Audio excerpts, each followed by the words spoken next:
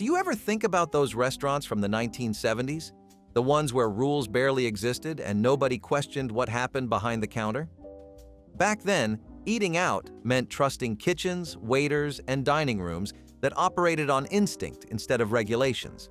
So what exactly changed that, turned those familiar meals into violations waiting to happen? Smoking sections separated only by a sign or a half wall were once considered the polite compromise between smokers and non-smokers in the 1970s. Families sat down to dinner just a few feet away from tables clouded in cigarette haze, trusting that an invisible barrier somehow protected them from drifting smoke. Restaurants placed small signs on posts or roped off corners with decorative partitions that did absolutely nothing to stop the smell or the particles floating through the air. Waitresses carried trays past ashtrays overflowing with crushed butts, and nobody batted an eye because this was simply how dining worked. Children ate their meals while adults at nearby tables lit up between courses, filling the room with fog that clung to hair and clothes long after the check was paid. People genuinely believed that sitting in the non-smoking section meant breathing clean air, even when the smoke visibly curled over the divider. Today, indoor smoking in restaurants is banned almost everywhere, and the idea of lighting a cigarette near someone else's dinner seems completely unthinkable to modern diners. Self-serve salad bars without sneeze guards or temperature controls were the pride of family restaurants in the 1970s, stretching across dining rooms like colorful gardens of lettuce, tomatoes, and mysterious creamy dressings. People loved the freedom to pile their plates high, returning again and again without anyone monitoring how long the food had been sitting out. Kids reached across bowls with bare hands, adults sampled items directly from serving spoons, and nobody thought twice about the hours those vegetables spent at room temperature. The dressings sat in open containers, sometimes crusted at the edges, sometimes topped with a film that regulars simply stirred away. Restaurants trusted the honor system, believing customers would use tongs instead of fingers. What nobody discussed was how quickly bacteria multiplied in unrefrigerated conditions, or how easily one sick customer could contaminate an entire spread. Today, food safety codes require sneeze guards, temperature monitoring, and constant supervision for any self-serve station. The carefree salad bar of the 70s has been replaced by barriers and regulations designed to prevent the illnesses nobody saw coming. Tableside Caesar salad prepared with raw egg yolks was one of the most theatrical dining experiences of the 1970s, performed by waiters who cracked fresh eggs directly into wooden bowls while guests watched in admiration. The ritual felt elegant as the server whisked the yolk into anchovies, garlic, and lemon juice, creating a creamy dressing that coated every leaf of romaine. Diners trusted the spectacle completely, never questioning whether those eggs had been inspected or tested for bacteria that could turn a fancy dinner into a medical emergency. Restaurants prided themselves on this showmanship, treating the raw egg as a mark of authenticity rather than a hazard. Families celebrated special occasions around these salads, and everyone cleaned their plates without a single worry. But salmonella outbreaks eventually forced regulators to examine raw egg preparations in commercial kitchens. Today, most restaurants either pasteurize their eggs, skip the yolk entirely, or face strict health code scrutiny for serving anything uncooked. The dramatic tableside Caesar that once impressed generations of diners is now a liability most kitchens refuse to risk. Flambéed desserts performed without fire. Safety measures were the sparkling finale to countless dinners in the 1970s, when waiters carried pans of liquor-soaked fruit right to your table and set them ablaze with theatrical confidence. The flames leaped high, casting warm orange light across delighted diners who leaned in close to watch the show. Restaurants saw these performances as marks of sophistication. Nobody checked whether the tablecloth was fire-resistant, whether the ceiling was high enough, or whether the server had any formal training beyond watching someone else do it. Families gathered as cherries jubilee or bananas foster erupted in controlled bursts of fire inches from their hair and flammable clothing. The smell of caramelized sugar and burning alcohol filled the room, and everyone applauded when the flames died down. Today, fire codes and insurance companies have made these performances far more complicated, requiring permits, extinguishers, and safety protocols that strip much of the spontaneity away. The idea of an untrained waiter igniting alcohol near seated guests now seems reckless, but back then it was simply dinner with a show. All-you-can-eat raw oyster bars with no health warnings were coastal treasures in the 1970s, drawing crowds who slurped down dozens of briny shellfish without anyone mentioning the risks lurking inside each shell. Restaurants stacked oysters on ice and let customers consume as many as their stomachs could hold, charging one flat price for unlimited access. People treated it like a competition, bragging about how many they could eat while servers shucked fresh batches to keep pace. Nobody posted signs about bacteria, nobody warned about compromised immune systems, and nobody tracked how long those oysters had been sitting out. The ice looked clean, the shells glistened, and that was enough reassurance for most diners. What people did not realize was that raw oysters could harbor Vibrio bacteria capable of causing severe illness. Today, restaurants are required to display health warnings about raw shellfish consumption, and unlimited raw bars face strict oversight. The carefree oyster feasts of the 70s have given way to cautious disclaimers and portion tracking that would have seemed absurd to anyone raising a shell back then. Restaurants without accessible entrances or restrooms were simply the norm in the 1970s, designed without a single thought for customers who used wheelchairs, walkers, or any mobility assistance. Steps led up to front doors, narrow aisles wound between tightly packed tables, and restrooms hid behind heavy doors at the end of cramped hallways. People with disabilities were often told to wait outside while companions fetched takeout, or they avoided dining out altogether. Owners saw no reason to change layouts that had worked for decades, viewing accessibility as an unnecessary expense rather than a basic right.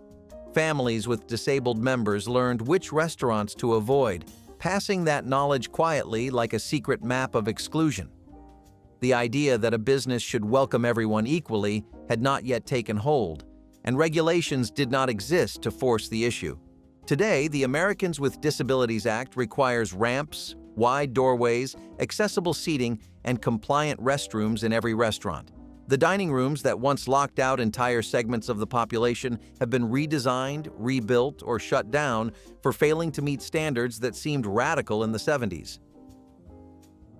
Fondue restaurants with open flame pots at every table captured the spirit of the 1970s perfectly, inviting diners to gather around bubbling cheese or hot oil while managing their own tabletop burners without supervision. Guests adjusted fuel levels, leaned over flames to dip bread or meat, and sometimes knocked pots sideways in the excitement of communal cooking.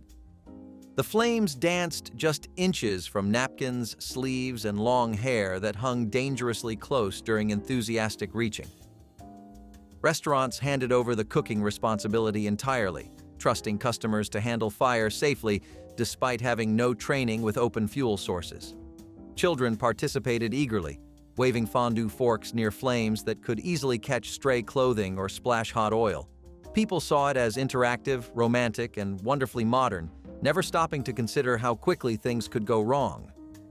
Today, fire codes and liability concerns have dramatically changed how fondue is served, with many restaurants switching to electric warmers or limiting open flames to controlled kitchen areas. The freewheeling tabletop fires of the 70s are now viewed as hazards rather than charming entertainment. Buffets holding hot food without monitored temperature logs were a staple of family dining in the 1970s, offering endless variety from steam tables that nobody checked with a thermometer. Restaurants filled trays with meatballs, gravy, mashed potatoes, and mystery casseroles, trusting the steam alone to keep everything safe. Staff refilled containers by dumping fresh food on top of old, mixing batches that had been sitting for hours with ingredients just pulled from the kitchen. People loaded their plates without wondering how long the fried chicken had been holding or whether the temperature had dropped into the danger zone where bacteria thrive. The buffet felt abundant and generous, a symbol of plenty that asked no questions about food safety. What diners could not see was how easily pathogens multiplied when temperatures fluctuated or trays sat too long between replenishing. Today, health inspectors require documented temperature logs, time limits on holding food, and strict protocols for replacing rather than topping off containers. The guesswork buffets of the 70s have been replaced by thermometers and paperwork that would have baffled the crowds of that era. Rare hamburgers served to anyone without cooking warnings were a point of pride at diners and steakhouses in the 1970s, cooked to whatever doneness the customer requested without a single disclaimer. People ordered their burgers pink in the middle, believing the beef was fresh enough and the kitchen skilled enough to make it safe. Servers wrote down orders without mentioning bacteria, without explaining risks, and without offering any alternative to customers who might not understand what rare ground beef actually meant. Children ate these burgers alongside adults, trusting that anything served at a restaurant had been vetted for safety. Restaurants ground their own meat or received it from suppliers with minimal oversight, and the idea of E. coli lurking inside a medium-rare patty simply did not enter public conversation. Families returned week after week, ordering the same pink burgers that tasted juicy without ever considering the gamble they were taking.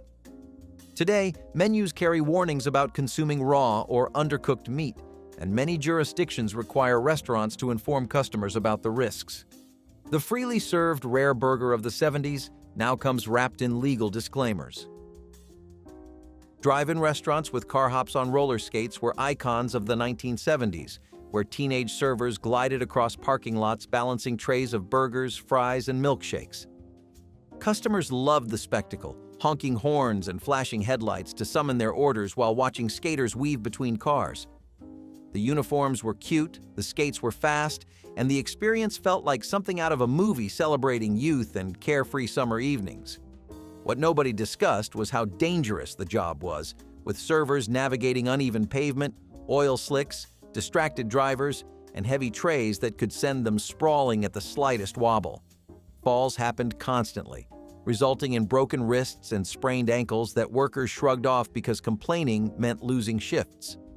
Insurance companies eventually noticed the claims piling up, and liability concerns began shutting down skating service at restaurant after restaurant. Today, the few drive-ins that remain mostly use walking servers or window pickup, and the image of a smiling car hop on roller skates lives primarily in nostalgic photographs. The charm of skating could not survive workplace injury costs. Diners with lead paint on soda fountain equipment were far more common than anyone realized in the 1970s, when those gleaming chrome dispensers and colorful tap handles often concealed layers of toxic paint beneath their shiny surfaces. Customers bellied up to lunch counters and ordered cherry cokes, root beer floats, and fizzy phosphates without imagining that the equipment delivering their drinks might be poisoning them. The paint made machinery look cheerful and inviting, matching the bright decor that defined the era's diners and drugstore counters. Restaurant owners repainted equipment regularly, layering new coats over old without stripping down to bare metal. Nobody tested for lead because nobody thought to ask. Children wrapped their lips around straws inches from painted surfaces, and soda jerks handled equipment all day without gloves. When researchers connected lead exposure to serious health problems, regulations swept through the industry demanding lead-free finishes on anything that touched food or drink. The cheerful paint that once brightened soda fountains became evidence of an era that prioritized appearance over the invisible dangers lurking beneath. Cafeterias using shared serving utensils without sanitation were the backbone of affordable dining in the 1970s, where the same ladle or spoon passed through hundreds of hands each day without ever seeing a sink between uses. Customers shuffled down the line, grabbed whatever utensil was sitting in the food, served themselves, and dropped it back for the next person. The system felt efficient and communal, a practical solution for feeding crowds quickly. Nobody thought about germs traveling from hand to handle to food in an endless loop of contamination. Workers occasionally wiped utensils on their aprons if something looked grimy, but formal sanitation protocols did not exist. Families ate together at long tables, never suspecting the serving spoon in the mashed potatoes had been touched by dozens of unwashed hands that hour. Today, health codes require regular utensil rotation, sanitation stations, and strict handling procedures that would have seemed excessive to cafeteria crowds of the 70s. The shared spoon that once symbolized community dining is now recognized as a vector for illness that modern regulations refuse to tolerate. Restaurants with asbestos ceiling tiles over dining areas were everywhere in the 1970s. Their textured white surfaces absorbing sound while slowly releasing fibers into the air that diners breathed with every bite. Owners installed these tiles because they were cheap, fireproof, and excellent at reducing clatter during peak hours. Nobody imagined that the material keeping noise down was capable of causing devastating lung diseases decades later. Families celebrated birthdays beneath those ceilings, couples shared romantic dinners under softly lit tiles, and workers spent entire shifts surrounded by material that would eventually be classified as a known carcinogen. The tiles looked clean and modern, fitting perfectly with the era's design preferences. When asbestos dangers became public knowledge, restaurants faced enormous costs to safely remove every contaminated tile. Many establishments closed rather than pay for abatement. The acoustic panels that once made dining pleasant became symbols of an era that built comfort on foundations nobody understood were dangerous, until it was far too late. Fast food chains cooking with trans fat oils dominated the 1970s, filling fryers with partially hydrogenated oils that made French fries crispy and chicken golden in ways that seemed almost magical. Restaurants loved these oils because they lasted longer, cost less, and produced consistent results customers craved week after week. The fries from your favorite burger joint tasted the same every visit because the oil never changed and the formula never varied. Families drove through for dinner without any idea that the delicious coating on their food was slowly clogging arteries with every bite. Scientists had not yet connected trans fats to heart disease, and the information would have seemed impossible given how ubiquitous these oils had become. Every fast food kitchen in America ran on the same dangerous formula, serving millions of meals that tasted like progress but carried hidden costs. Today, trans fats have been effectively banned from commercial food preparation, and the crispy perfection of 70s fast food exists only in memory. The oil that once defined an industry became one of its greatest public health regrets. Steak tartare served without consumer health advisories was a sophisticated staple at upscale restaurants in the 1970s, arriving as mounds of raw seasoned beef topped with capers, onions, and a glistening raw egg yolk.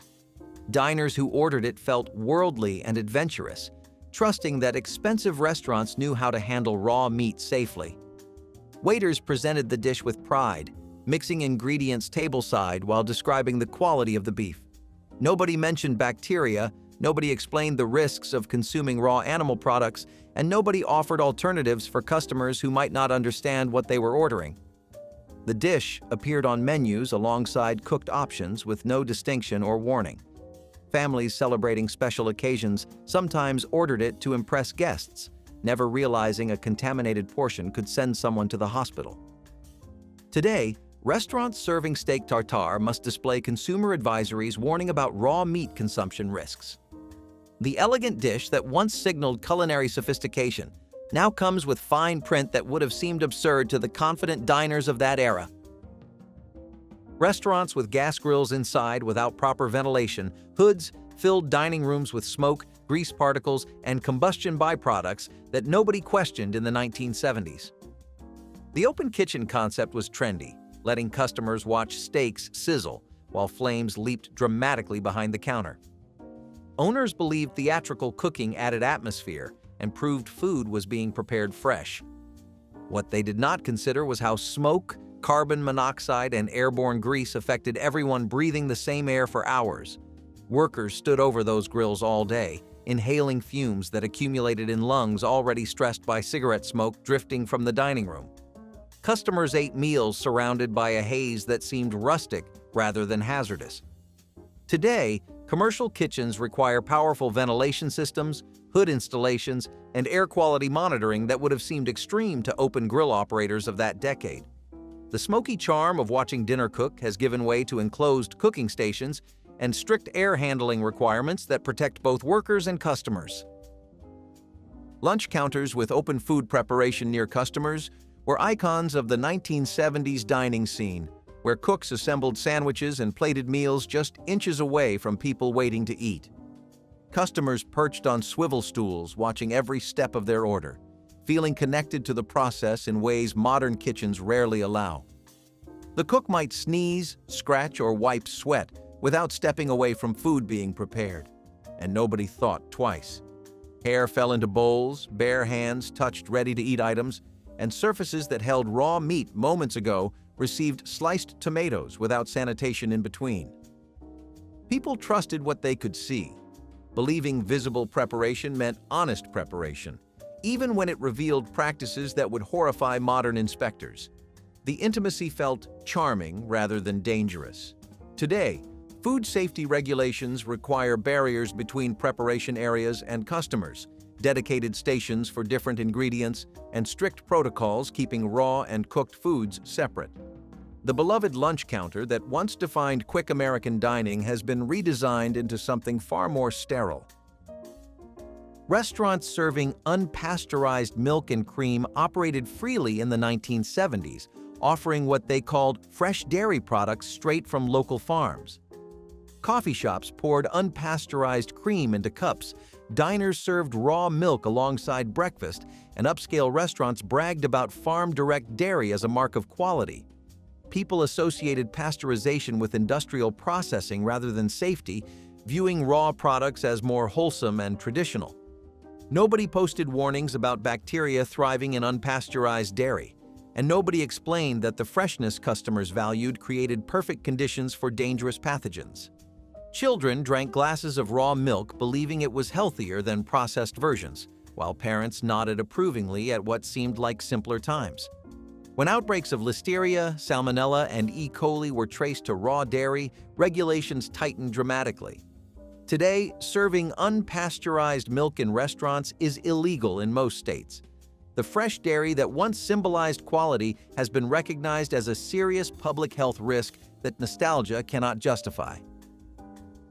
Diners reusing cooking oil without filtration or time limits stretched every drop of grease until it turned dark, thick, and loaded with carbonized particles that transferred directly onto every piece of food lowered into the fryer. In the 1970s, oil was expensive and waste was frowned upon, so restaurants kept fryers running with the same oil for days or even weeks at a time. The longer oil cooked, the more it broke down, releasing compounds that science now links to serious health concerns. Fry cooks judged quality by color and smell rather than any scientific measure, deciding to change only when fries tasted off or customers started to complain. Nobody tracked how many hours the oil had been heated or how many batches of battered items it had cooked. The cost savings seemed smart at the time. Today, health codes require oil filtration systems, temperature monitoring, and strict replacement schedules preventing dangerous breakdown products from accumulating. The penny-pinching oil management of the 70s has been replaced by protocols designed to protect both the food and the people eating it. Restaurants without employee hand-washing stations operated throughout the 1970s, where kitchen workers and servers handled food, money, and garbage without any convenient place to wash between tasks. Sinks existed for dishwashing and food prep, but dedicated hand-washing stations with soap, hot water, and paper towels were considered luxuries. Workers touched raw chicken, wiped tables, collected cash, and plated salads using the same unwashed hands throughout shifts. Nobody monitored hand washing because there were no formal requirements. The connection between hand hygiene and foodborne illness was understood in hospitals but not enforced in restaurants where families ate weekly. Cooks scratched their faces, servers handled used napkins, and everyone carried on as if invisible contamination did not exist.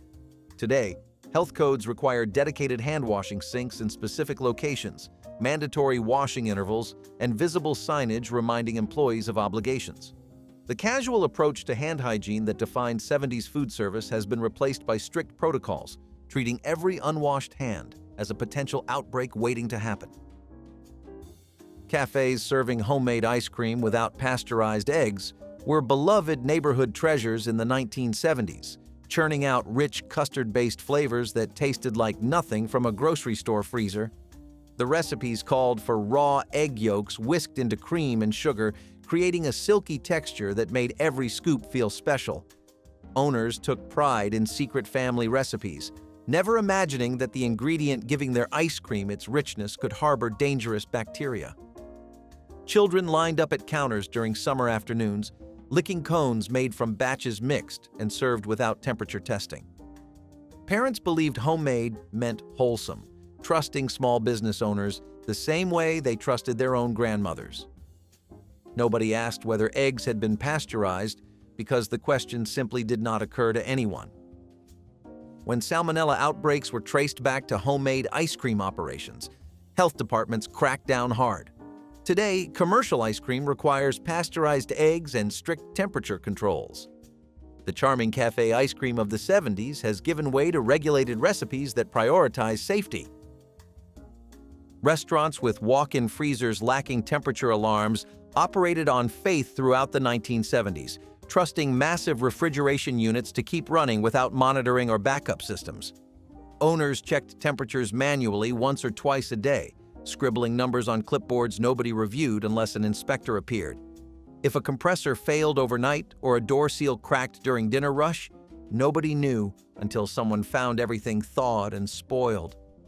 Thousands of dollars in inventory could be lost overnight, but more importantly, partially thawed food sometimes made its way into meals without anyone realizing the danger. Staff assumed that if food still felt cold, it was safe, not understanding how bacteria multiplied during temperature fluctuations. Losses were written off as bad luck rather than preventable failures. Today, health codes require automated temperature monitoring, alarm systems, and documented logs tracking every fluctuation around the clock. The blind faith that kept 70s freezers running has been replaced by technology designed to catch problems before they reach customers. Family restaurants letting children wander unsupervised were charming features of the 1970s dining scene, where kids roamed freely between tables, explored kitchen doorways, and made friends with strangers while parents finished meals in peace. Waitresses smiled as toddlers wandered past, and cooks waved through service windows at curious faces. Nobody worried about hot surfaces, sharp equipment, or the hazards filling every working kitchen. Parents believed restaurants were extensions of their living rooms, safe community spaces where everyone looked out for everyone else's children. Kids ducked under tables, climbed on booths, and disappeared for long stretches without anyone raising alarms. The freedom felt wholesome and neighborly. Today, liability concerns and safety regulations have transformed restaurant policies entirely. Children must remain seated, kitchen access is controlled, and wandering minors trigger immediate staff intervention. The carefree atmosphere that once defined family dining has been replaced by rules designed to prevent injuries that were always just one stumble away. Diners with ungrounded electrical equipment in kitchens operated throughout the 1970s without anyone questioning tangled cords, bare wires, or appliances that sparked when bumped the wrong way. Mixers, slicers, fryers, and refrigerators plugged into outlets never upgraded since the building was constructed decades earlier. Workers stood on wet floors handling metal equipment that hummed with electricity, trusting instinct over engineering. Some kitchens ran extension cords across walkways, creating trip hazards that doubled as electrocution risks whenever spills occurred. Owners patched problems with electrical tape and hoped for the best, viewing proper wiring as an expensive luxury rather than a basic safety requirement. Shocks were common enough that staff learned to jump back and laugh it off. When electrical fires made headlines and workers suffered serious injuries, regulators demanded grounded outlets, proper wiring, and regular inspections. The makeshift electrical systems powering 70s diners have been replaced by codes designed to prevent disasters that were always one wet floor away. Restaurants with fire exits blocked by storage or furniture were shockingly common throughout the 1970s, when emergency routes served as convenient overflow space for boxes, broken chairs, and equipment nobody knew where else to store. Owners maximized every square foot, viewing hallways and back doors as wasted real estate rather than life-saving escape routes. Staff squeezed past stacked crates to reach exits that sometimes could not open fully because of clutter pressed against them. Diners sat in crowded rooms with no idea the emergency door they passed was completely blocked from the other side. Fire drills were rare, evacuation plans non-existent, and the assumption was that nothing bad would happen. When fires broke out, consequences were devastating, with trapped customers paying the price for careless storage decisions. Today, fire marshals conduct regular inspections. Exits must remain clear at all times, and violations can shut down a restaurant immediately. The cluttered escape routes of the 70s have been replaced by strict regulations treating every blocked door as tragedy waiting to unfold. Pup and taco might be one of the most confusing names to ever hit the fast food scene. Are you getting a hot dog? Are you getting a taco? And why would those two things live under the same roof? In the 1970s, Pup and Taco tried to make it make sense, offering a grab bag menu of hot dogs, tacos, burgers, and burritos, all delivered with a side of neon signage and no real identity. The tacos were dry, loaded with orange cheese and iceberg lettuce that wilted on contact. The hot dogs were basic at best, often lukewarm and drowned in mustard or mystery chili. It was the kind of place where everything looked right on the tray but fell apart after the first bite. Still, there was something weirdly lovable about it, especially if you were a kid. You could order like you were at a buffet line for carnival food, but the charm wore off fast. As mall food courts modernized and cleaned up their acts, Pup and Taco felt like the odd uncle who still wore bell-bottoms to a barbecue. Taco Bell eventually bought them out and absorbed their locations, leaving little more than a memory behind. If you remember Pup and Taco, you probably also remember wondering why you ever thought chili cheese on a tortilla was a good idea. Gino's Hamburgers was one of those places that felt like it had everything: a solid burger, crispy fried chicken, a shake thick enough to challenge your straw. But the best part? It was co-founded by an actual National Football League Hall of Famer, Gino Marchetti of the Baltimore Colts. That kind of crossover was rare back then, and people loved it. The logo even had a little football player flipping a spatula like he had just sacked your hunger. Gino's was particularly big on the East Coast. You would see the glowing red signs as you drove past shopping centers and think, yeah, we are stopping there. It had this casual charm, nothing too flashy but dependable in a way that stuck with you. They even teamed up with Kentucky Fried Chicken for a while. You could get your burger and your bucket in one place. That is efficiency, 1980s style. Eventually, though, bigger names moved in, and Gino's fizzled out, with only a couple of locations hanging on in Pennsylvania and Maryland today. But ask anyone who grew up nearby and they will tell you, it was the real deal. And if Gino's was about hearty plates and gridiron glory, then our next stop was about indulgence. Lots of it. Shrimp by the pound, steak on demand, and wine that flowed freely. Sizzler had a way of making Friday nights feel like something worth looking forward to, even when the budget barely stretched past the gas bill. The moment you walked through those doors, the sizzle of hot platters and the sight of the salad bar stretching toward the back wall made everything else fade away. Families ordered the cheapest steak on the menu and then made up for it by loading plates with bacon bits, cottage cheese, pasta salad, and anything else the buffet offered. Kids loved building towers of croutons and drowning iceberg lettuce in ranch dressing, while parents lingered over coffee and quiet conversation. There was a pride in feeding everyone well, even if the wallets were thin, and Sizzler understood that without ever saying a word. The booths were vinyl, the lighting a little too bright, and the carpet carried the faint memory of 1,000 spilled sodas. But none of that mattered when the whole family sat together, sharing a meal that felt generous even when it was carefully calculated. Sizzler gave people permission to enjoy themselves, and that was worth more than any fancy steakhouse ever could. Now imagine this. It is the 1970s. You want steak, but your wallet says no. You still want to sit down somewhere nice, maybe even sip a drink that does not come in a paper cup. That is where steak and ale steps in. It was the middle ground between the high-end steakhouse and the diner down the street, and it found its audience fast. It was dinner without the tie.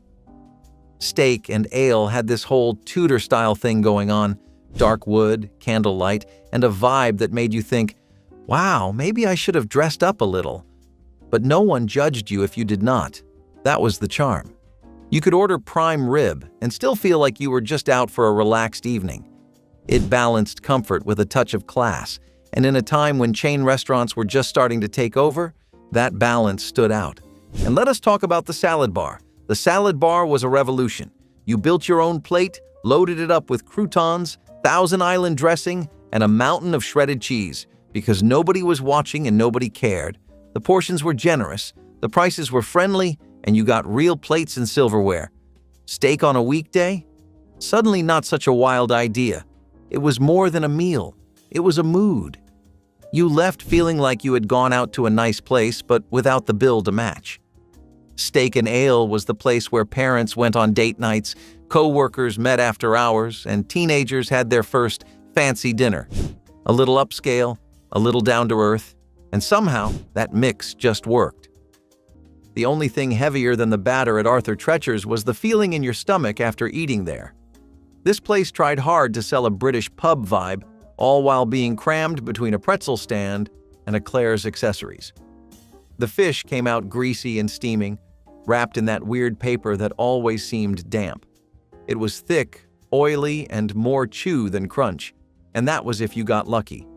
On off days, which seemed to be most days, the fish would either be undercooked or so fried it could snap in half like a cracker.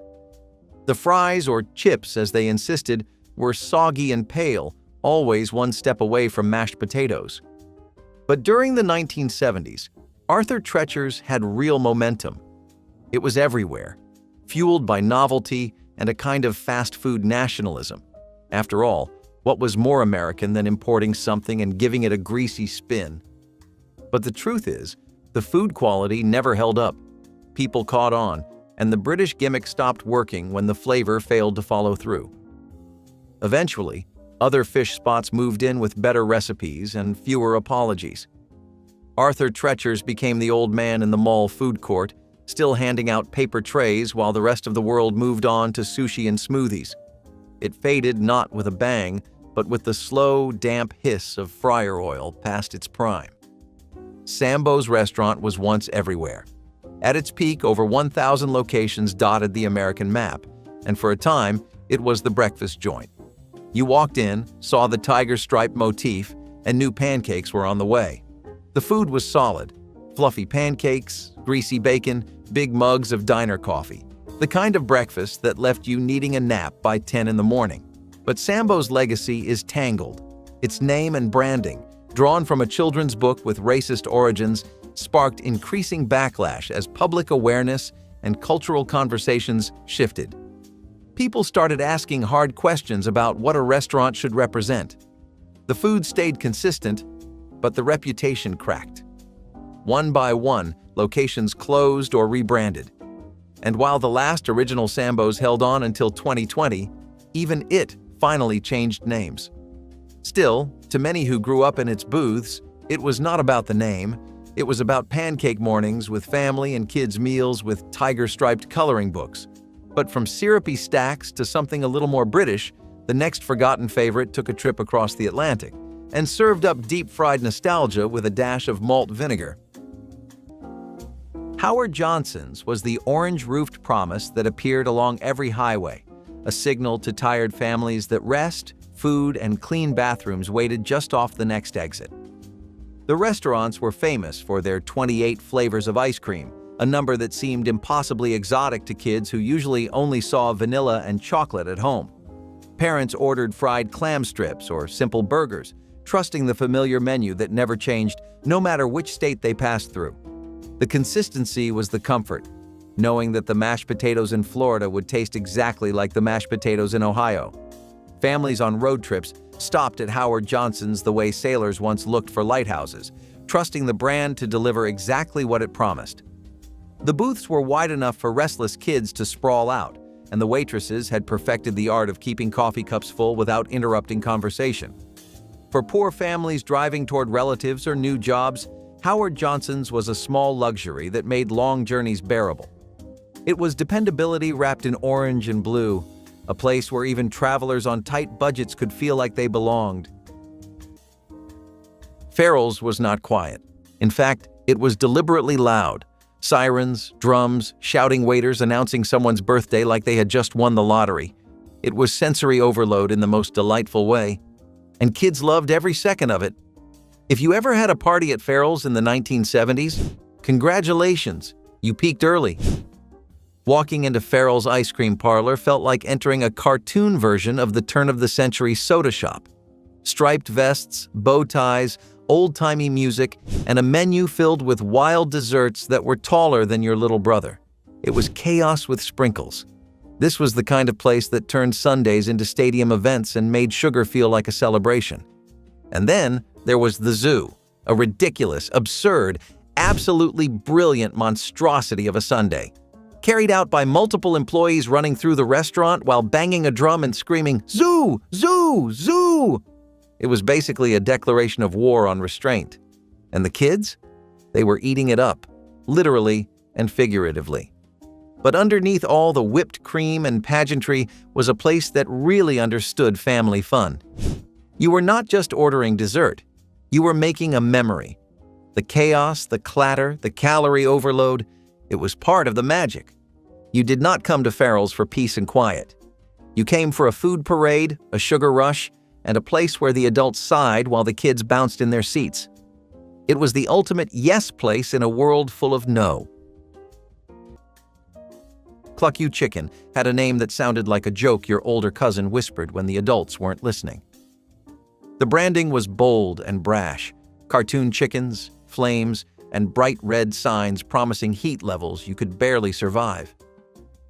It tried to make spicy food seem extreme and fun, but the reality was far messier. The chicken was greasy, dry in the middle, and coated in sauces that often tasted like watered-down hot wing experiments. You could go for thermonuclear heat, but most people tapped out after one bite and a whole lot of regret. Their signature wings came with more attitude than flavor, and the rest of the menu felt like an afterthought. Sandwiches were overloaded, fries were limp, and the interiors always seemed like they were halfway through a renovation they forgot to finish. It did well near college campuses for a while, mostly because students will eat just about anything if it's cheap and spicy. But in malls, it never quite fit. The attitude clashed with the family-friendly vibe, and the food didn't hold up when you weren't a broke 20-year-old craving punishment. Cluck You was trying too hard to be edgy in a place where people just wanted lunch. Eventually, most locations fizzled out, leaving behind empty storefronts and a legacy of burned tongues. Beefsteak Charlie's did not want you to just eat. They wanted you to feast. This was the kind of place that dared you to come hungry, then dared you again to leave room for dessert. Their tagline was, "You're gonna get spoiled," and honestly, they meant it. With a full salad bar, all-you-can-eat shrimp, and unlimited sangria, beer, and wine, it was less a dinner and more a challenge. The vibes? Equal parts wood-paneled steakhouse and slightly buzzed family reunion. People went for birthdays, promotions, divorces, any excuse to eat until your waistband begged for mercy. And the food? Surprisingly solid. The steak was not exactly filet mignon, but it hit the spot. The shrimp came fast and endless. And the bread? Warm, crusty, and forgettable. But who was there for bread? Beefsteak Charlie's rode the wave of 80s extravagance until the bottom line caught up with them. Too much generosity and not enough foot traffic sealed its fate. But in its heyday, it was a buffet fever dream come to life. So if you thought that was decadent, just wait. The next restaurant stripped the glitz and turned hot dogs and tacos into a Southern California classic, with a name that only made sense once you saw the menu. Chi-Chi's brought Mexican food to strip malls across America and made it feel like a party every single time. Families walked in to the sound of sizzling fajitas being carried overhead and the sight of oversized sombreros decorating every wall. Parents ordered combination plates piled with rice, beans, enchiladas, and tacos, knowing the portions were big enough to feed kids from the leftovers if needed. The chips and salsa arrived before anyone even opened a menu, and kids crunched through basket after basket while parents sipped margaritas or sweet tea. Birthdays meant the whole staff gathering around to sing while someone wore a sombrero and blushed through the attention. The fried ice cream at the end of the meal was the real treasure, a crispy shell of sweetness that made every visit feel complete. For families who could not afford vacations, Chi-Chi's was the closest thing to an escape, a place where bright colors, loud music, and generous portions made everyone feel like guests at a fiesta. It was celebration dining on a shoestring budget, and nobody ever forgot the way it made ordinary weeks feel special. There was something about walking into a Pizza Hut in the 1970s that made you feel like you were part of something bigger than just a Friday night dinner. That red roof was not just a roof, it was a signal, a promise. A little beacon of pizza, Coca-Cola, and red plastic cups. You knew what to expect the moment you stepped inside. Warm lighting, deep red booths, that faint oregano smell, and a pizza pan sizzling just a few minutes away. The dine-in experience was king back then, and Pizza Hut knew how to deliver it. This was not a grab-your-slice-and-go situation. No, Pizza Hut in the 1970s wanted families to sit down, stay a while, and share a pitcher of soda while arguing about toppings. They had those stained glass chandeliers, checkered tablecloths, and arcade machines in the corner that made every child beg their parents for a few quarters more. It was not just food, it was an outing. And the pizza itself? Not fancy, not flashy, but dependable in a way that mattered. Crispy edges, gooey cheese, and thick slices you could fold but never needed to. Add to that the novelty of getting a personal pan pizza, and you were suddenly the most important person at the table. These red roof restaurants became miniature landmarks across America. They were where birthdays happened, where kids got their first taste of independence by ordering their own meal, and where every slice felt like a small celebration. The real trick? They made everyday moments feel special, and we kept going back because it felt good to be somewhere familiar. Somewhere that always had a seat, a server, and something bubbling in the oven. Orange Julius started out as a pure joy drink, sweet, frothy, cold, and refreshing. You would grab one on a hot mall day and instantly feel like you were holding a little bit of sunshine. But somewhere along the way, the wheels fell off. The drinks got inconsistent, sometimes too watery, sometimes so sweet your teeth would ache. Then they added food, bad food. Hot dogs that tasted like they had been microwaved in plastic wrap, nachos with that nuclear cheese that hardened like cement in minutes, and corn dogs that never really seemed cooked through. Nobody wanted that from Orange Julius. It was supposed to be a treat, not a last resort. But the franchise tried to grow too wide too fast. And with each new mall location, quality took a hit. You would start to see their signs flickering, their counters covered in sticky residue, and that once iconic orange swirl faded to a dull blur. They were eventually absorbed into Dairy Queen, but by then, most people had already moved on. The decline of Orange Julius was like watching a childhood favorite lose its spark. It hurt, but it also made sense. You can only water something down so many times before it just disappears. Pup and Taco was one of those places that never made it all the way across the country. But for Californians, it was a staple. You knew what to expect. A wide menu, dirt cheap prices, and a name that sounded like it was made up by a kid.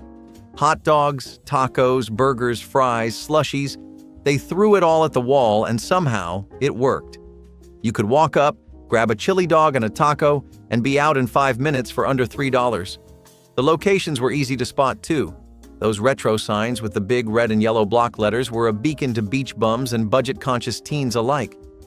There was nothing gourmet about it, but that was never the point. It was fast, it was greasy, and it was loved. So much so, in fact, that Taco Bell bought most of the locations in the 1980s, essentially absorbing Pup and Taco into its own empire.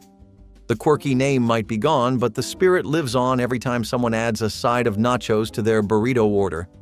And while Pup and Taco ruled the roadside, our next stop was the king of the mall food court. Soft, warm, twisted, and salted. The pretzel that walked so others could run.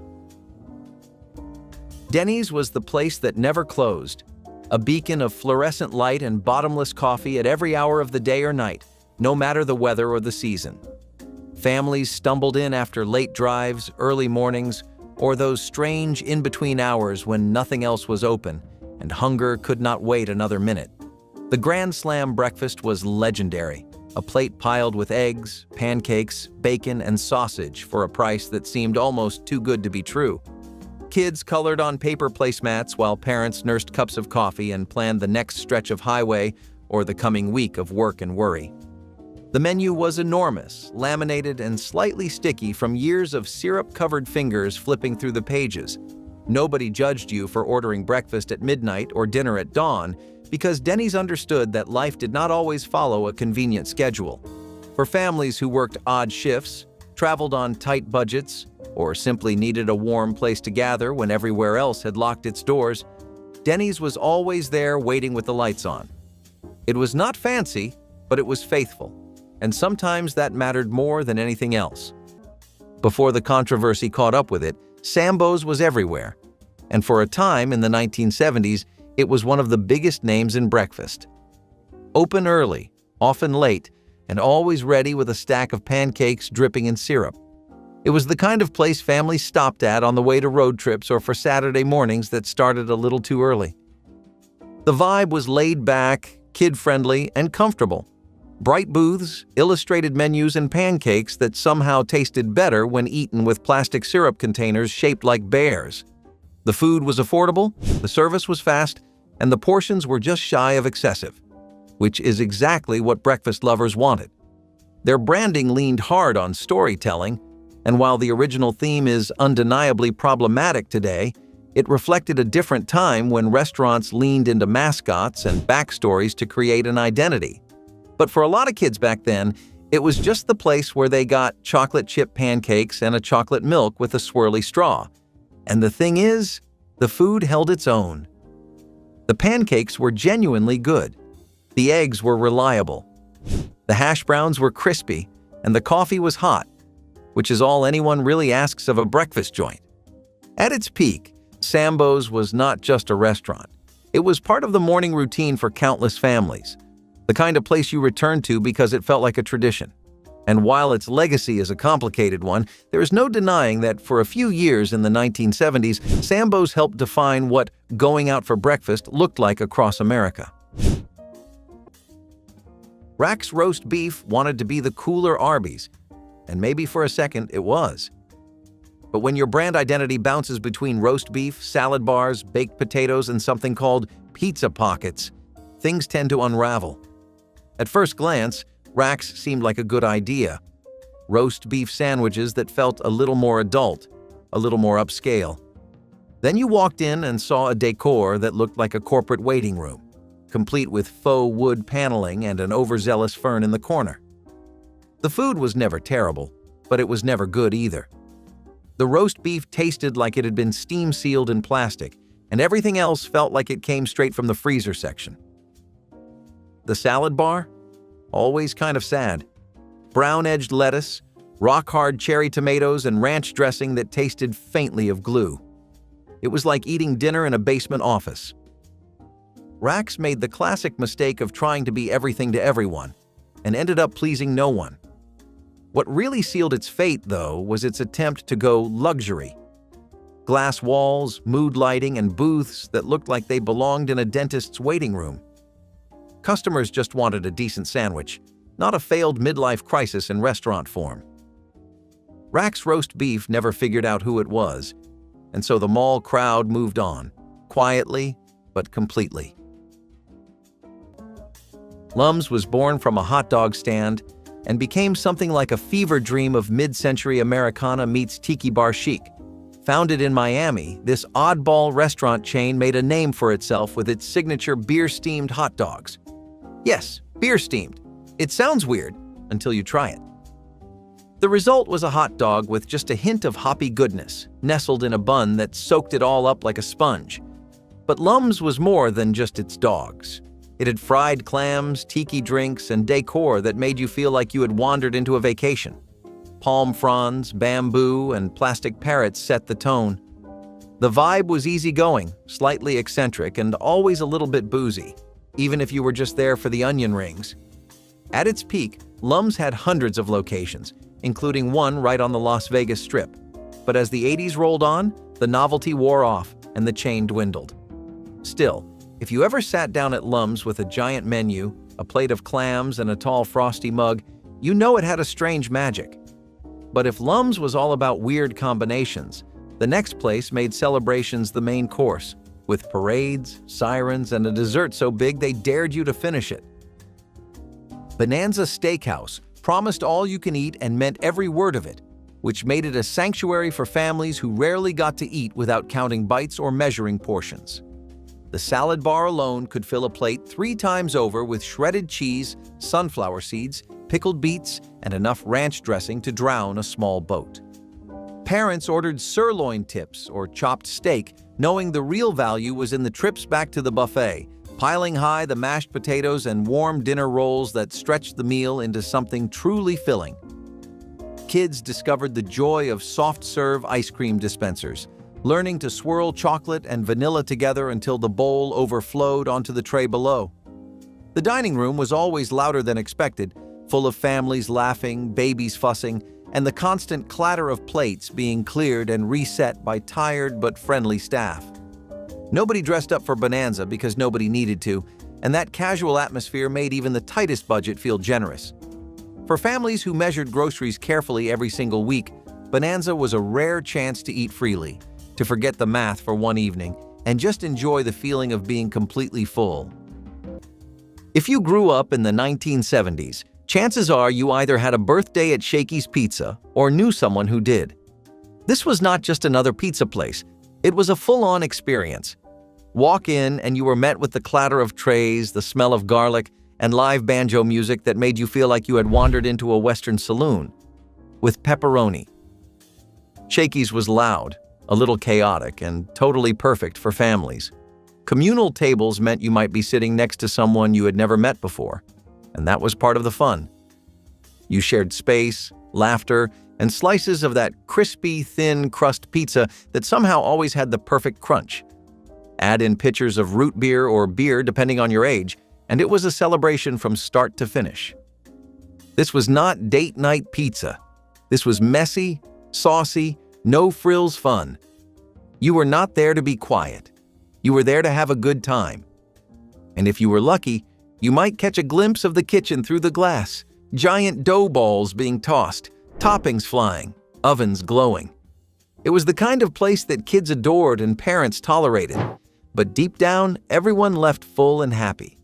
Because no matter how much sauce ended up on your shirt or how many quarters you spent at the arcade machine, it all added up to memories. Shakey's was not built for subtlety. It was built for joy, noise, and big tables filled with people who just wanted a slice and a good time. And in the 1970s, it nailed that mission like nobody else. Mr. Dunderback's was the mall food court's idea of going European. Picture this: faux German decor, a menu full of bratwurst and schnitzel, and a name that sounded like a cartoon character. The idea was to make you feel like you were eating in a Bavarian beer hall, but in practice, it felt more like Oktoberfest in a storage closet. The sausages were salty and rubbery. The sauerkraut tasted like it came from a can that had been opened the week before. And everything came served on a brown plastic tray that made you question your life choices. The atmosphere tried to be jolly, with servers in vaguely German uniforms, but mostly it just made you feel embarrassed to be holding a paper cup of lukewarm root beer while polka music played in the background. Mr. Dunderback's had some early success because there was nothing quite like it.